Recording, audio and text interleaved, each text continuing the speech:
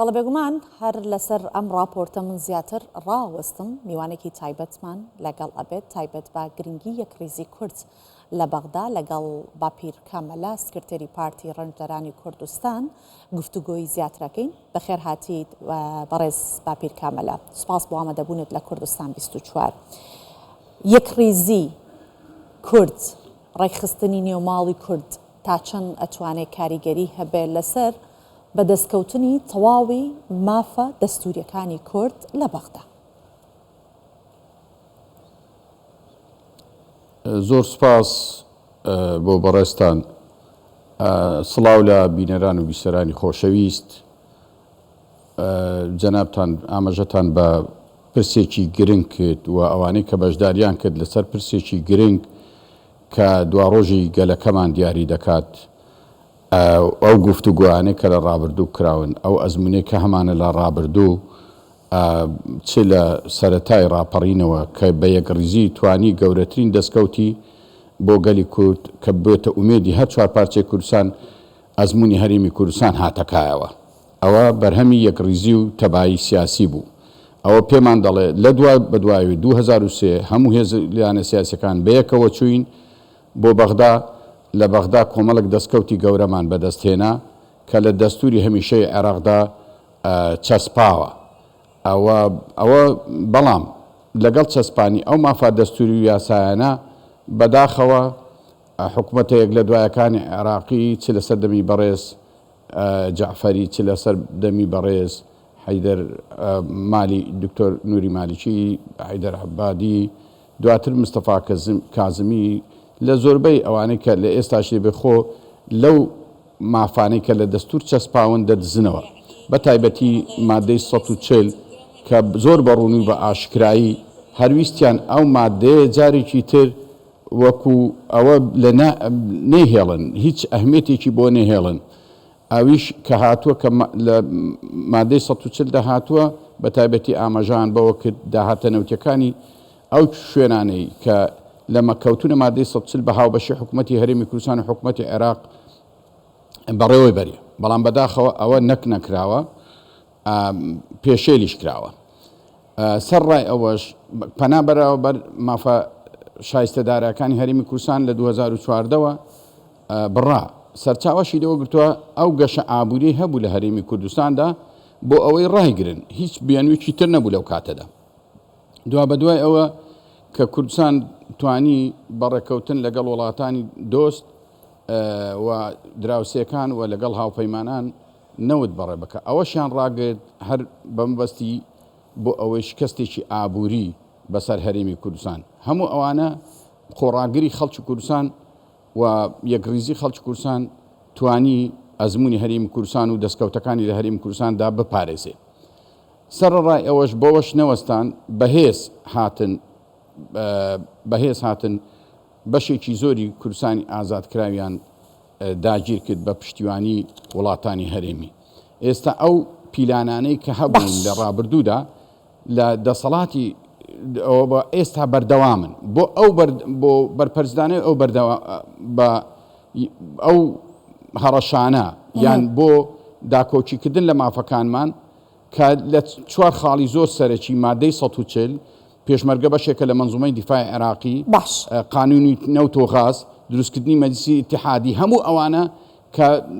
مافی گەلی کوردستانی تێدا دێتە دی حکوومەتەیەک لە دوایەکانی عێراق لە دوای 2000 حکوومەتی نوێی عێراق یان عێراقی نوێ خۆی لێ دەدزێتەوە ئەوە یەکریزی دەبێتە مای ئەوەی کە بتوانین بە تایبەتی لەو قۆناغە ڕاگوزارەی کە ئێستا تێدا هەین جەنابتان دەزانن ئێستا ناوچەکە بە قۆناغێکی ڕاگوزار گۆڕانکاری گەورە بەڕێوەیە ئەگەر و پێشاتی نوێ هەیە تەواوی ئەو ئاڵنگاریانت باس کرد و ئەو شێوەستەمکارانەی کە بەغدا مامەڵە لەگەڵ کووردا ئەکات تا چەند ئەو جیاوازە سیاسیانەی کە لە ناو هەرێمی کوردستان هەیە پاسا و ئەداتە دەستی بەغدا بۆی کە مامەڵی لەو شێوە بکات چونکە جیاوازی سیاسی شتێکی ئاساییە و ئەمە سروشتی سیاسەتەکە جیاوازی سیاسی هەبێ بەڵام لە هەندێک کاتە کە ناوی قوتی خەڵک دێتە ناوەڕاست یاخود مافە دەستوریەکان دێتە ناوەڕاست تا چەند گرێکگا کە ئەو جیاوازی و ناکۆکیانە وەلاوە بنرێت کورد بە یەک ریزی بە یەک دەنگی لە بەغدا تەواجودی هەبێت بۆ وەرگرتنی تەواوی ئەو مافانە کە بە پێی دەستور پێماندراوە بەڵام جێبەجێ ناکرێت. بێگومان دوو ڕێگەی سەرەکی هەنە کە دەتوانین ئەو جیاوازیان نهێڵن. یەکەم دەبێت عەدالەتی ئیجتیماعی لەناو خۆی کوردستاندا و جێبەجێکردنی یاسا بێت بۆ ئەوی پشتیوانی جەماوەری لەو دەسەڵاتی هەرێمی کوردستانە ببێت. دووەم ئەوەیە دەبێت ئەوانەی کە معارەزەن و دەسەڵاتن لە هەرێمی کوردستاندا بە وەکو یەک تیم کار بکەن بۆ پاراستنی مافە دەستوریەکانمان لە عێراق. بیر لەوە نەکرێتەوە ئەو جیاوازیانە دەبێت نەک ئەو بێت زەق بکرێن دەبێت وەلا بنرێت. ئەگە وەلا نەندرێت نایارەکانمان سوودی لێ دەبینن دۆستەکانیشمان هاوکارمان نابن دۆستەکانمان هەمیشە داوامان لێ دەکەن وڵات هاوپەیمانان دۆستەکانی کورد لە ڕۆژاوا هەموو دۆستەکانی کورد لە سەرتاسەری جیان داوا دەکەن یەک ڕیز بین کەواتە یەکڕیزی زەروریەتێکی ئەوڕۆیە بۆ تێپەڕانی ئەو قۆناغە ڕاگوزاری کە ئێمە تێداین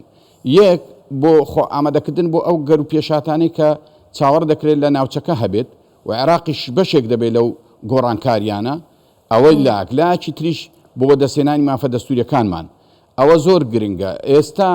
هەموو ڕۆژئاوا وڵاتانی بەتایبەتی وڵاتە یەکگرتوەکانی ئەمریکا ئیش لەسەرەوە دەکەن کە تەرکیزیان کردوتە سەر سووریا لە قۆناغەدا بەتایبەتیش ئاشتی کورد بە کورد زۆر بەلایانەوە گرنگە لە هەمان کاتدا یەکریزی کوردیان زۆر بەلاوە گرنگە دانەوێت هەرێمێکی یەکگرتووی بەهێز لە عێراقدا هەبێت ئەو هاوکێشەی بەرژەوەندەکان وا دەخوازێت بەرژەوەندەکانی ئێمە یەکانگیر بۆتەوە لەگەڵ بەرژەوەندەکانی هاوپەیمانان لەگەڵ وڵاتە دۆستەکانمان دەبێت ئەگەر خۆشمان نەمانەوێت لە بەرجێیان لێ بگرین کار باپیر بژاردەی کورد بەرامبەر پرۆسی سیاسی چۆن ئەبێت بۆی کە بەشداری سیاسی بکات ئەو بژاردەی کە لە بەردەمی کووردا هەیە چییە؟ بێگومان کارتی فشار لە دەست کووردا زۆر هەیە ئێستا عێراق هێندە بەهێز نییە و ئەوەی کە دەوڵەتی قوڵە لە عێراقدا بەرەو پەلوپۆی زۆر کراوە دەوڵەتی قوڵ دێت پێشگیری دەکاتەوەی مافەکانی شایستەکانی دارایەکان یان مافە سیاسیەکانی ئێمە پێشێل دەکات یاخود زەوتیان کردووە بۆیە ئەوە بە هەڵوێستی یەک هەڵوێستی سیاسی دەبێت یەک هەڵوێستی سیاسی دەبێت کورد کۆک بێ بە هەموو هێزولانە سیاسەکان کۆک بن لەسەر ئەوەی هەر هەڵوێستێک وەردەگرن بە دراست بێ زیاتر ئەو واقع سیاسیە ئەو بگرێت یەکێک لەو ڕەنگە ئاگەرانە یان لەو کارتانێک کە ئێمە دەتوانین بەکاربین کشانەوە بەڵام کشانەوە دەبێت بە سەرپێیی نەبێت بە سەرچیخی نەچین بکشینەوە یەکڕیز بین و دراسەی بکەین بزانین تا کوێ دەتوانین ئەو جێپێمان گیر دەبێت لەسەر ئەو هەڵوێستا و تا چەند دەتوانین خۆمانی دادێنین چەند پشتیوانی نێودەوڵەتی بەدەستدێنین پێویستمان بەوەیە نەک ئەوە هەوڵێکی دیبلۆماسی ناوخۆیی و دەرەکی بدەین بۆ ئەوەی بتوانین شەرعیەت بەو هەڵوێستە سیاسی خۆمان دێن ئەگەر شەرعیەتی پێ نەدەین ئەوەی کە گرنگە ئێستا تەنیا کە ئەبینین بەغدا بەم شێوەیە مامەڵە لەگەڵ کوردستانە ئەکات بێگومان بۆ خۆشی بە شێوازێکی نەرێنی ئەشکێتەوە چونکە ئەمە ماوەی 11 ساڵە بە شێوەیەکی ستەمکارانە مامەڵە لەگەڵ هەرێمی کوردستانەکە بە تایبەتی لەگەڵ فەرمانبەران و جگە لە مافە دەستوریەکانی دیکەی کورد کە هەر جارێ بە بیانوویەک ئەو مافانەی لێز دەوتەکە ئەمە تا چەند کاریگەریە کاتە سەر ئەو بە فیدراڵی بوونەی عێراق کە بەناو فیدراڵیە بەڵام بەم شێوەیە مامەڵاکە جیاوازیەکە لە نێوان پارێزگاکانی عێراق لە نێوان ئەم هەرێمەی کە هەیە کە وەکو هەرێمێکە بێ مامەڵی لەگەڵ بکات وەکو پارێزگایەک مامەڵی لەگەڵ لە پارێزگایەکیش کەمتر ئەوێ مامەڵی لەگەڵ بکات نەک وەکو پارێزگاکانی خواروی عێراق و ناوەڕاستی عێراق لە هەموو شتێک بەهرەمەند دەبن پارێزگاکانی هەرێمی کوردستان لەو مافانەی کە هەشە وەکو هاوشێوەی پارێزگاکانیش بەهرەمەند نەبووە تا چەند فیدراڵی بوونی عێراق و چووکردنەوەی دەسەڵاتی هەرێمی کوردستانە چووکردنەوەی دەسەڵاتی هەرێمی کوردستانە چووکردنەوەی ئەو قوارەیە کە ناوی هەرێمی کوردستانە نەوە مەستیان لایەنێکی سیاسی دیاریکراو نییە بەستیان دۆزی ڕەوای کووردە لە ئەوەش بە ئەجندای دەرەکی و بە وڵاتانی داگیرکەرانی کوردستانە و بە پشتیوانی ئەوانە و زیاتریش لەوە دەوڵەتی قوڵە هەمیشە لە 2009 نەک لە 2012 و لە 2013 و پێشتریش هەوڵی لەو شێوەیە درراوە دەسەڵاتەکانی هەرێمی کوردستان کەم بکەنەوە یاخود لە قاڵ بیدەن.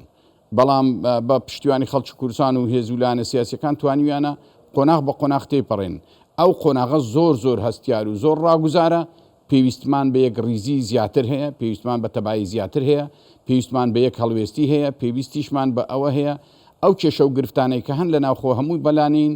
بە ئامانجی بەدیهێنانی عەدالەتی کۆمەڵاتی لە ناو خۆماندا و لە هەمان کاتیشدا بەدیهێنانی مافە دەستوریەکانمان لە چوارچەوەی عێراق و حکومەتی ئیتیحادی عێراق کۆماری فیدرالی عێراق. بەڵام بەداخەوە تا ئێستا ئەوان نەک نەهاتوون ئەو پرسە جێبەجێکەن ئەو مافە دەستوریان جێبەجێکەن بەڵکو ئەو مافانەی کە بەدەستیشمان هەناوە لە چەند ساڵی ڕابردوو دەدانێت پێشێلیکەن. هەرێمی کوردستان چ مەترسێکی بۆ بەغدا دروست کردووە یاخود پێگەی هەرێمی کوردستان لە ناوچەکە ئەوەندە بەهێزە کە ئەو لێی دەترسێت؟ هەرێمی کوردستان هیچ مەترسێکی لەسەر بە پێچوانەوە عێراقی بەهێز کردووە. بەڵام خۆتان دەزان عێراق وەکو باسمان کرد خاوەنی سیادەنیە دەستێوەردانی هەیە. ئەو وڵاتانەی کە زەرمەند دەبن لەو ڕوویەوە هەرچەندە هەرێمی کوردستان دراوسەیەکی باش و ئەمین بووە بۆ هەموو وڵاتانی دەوروبەری. بەڵام بە پێچەوانەوە تەنها ئەوەیە کە ئێمە کوردین ئەو گرفتانەمان بۆ دروستەکەن بۆ خۆیان لێرە باس لە کۆمەڵێک ماف دەکەن بۆ باشەکانی تر. بەڵام هیچیان لە ناو خۆیاندا تا ئێستا مافی گەلی کوردیان نەسەلماندووە. ناشیانەوێت لە عێراقیشدا لە چوارچێوەی عێراقیشدا مافی گەلی کورد بسەلمێنرێ بۆ ئەوەی کبکردنی کووردە لە ناو خۆیاندا. ئامانجەکەوەیە کەواتە دەوڵەتی قوڵە عێراق خاوەنی سیادەنیە. بەڵام من پێم وانییە خەڵکی عێراق دەیانەوێت پێکەوە ژیان پێکاتەکانی عێراق بە سونە و شیعەوە بە کورد و عەرەب و تورکمانەوە بە کریستیانەکانەوە هەموو پێکەوە ژیانیان بوو لە ڕابردووش ئەوەی سەلماندوێتی هەرێمی کوردستانیش نمونە بووە. بەڵام دەستی دەرەکی ناهێڵێ ئەو تەبایە سیاسیە بێتەدی. بەڵێ ئێمە سپاس دەکەین سکرتێری پارتی ڕەنجدەرانی کوردستان بەڕێز باپیر کامەلە میوانی هەواڵەکانی کوردستان 24 بووی. سپاس بۆ ئامادەبوونت.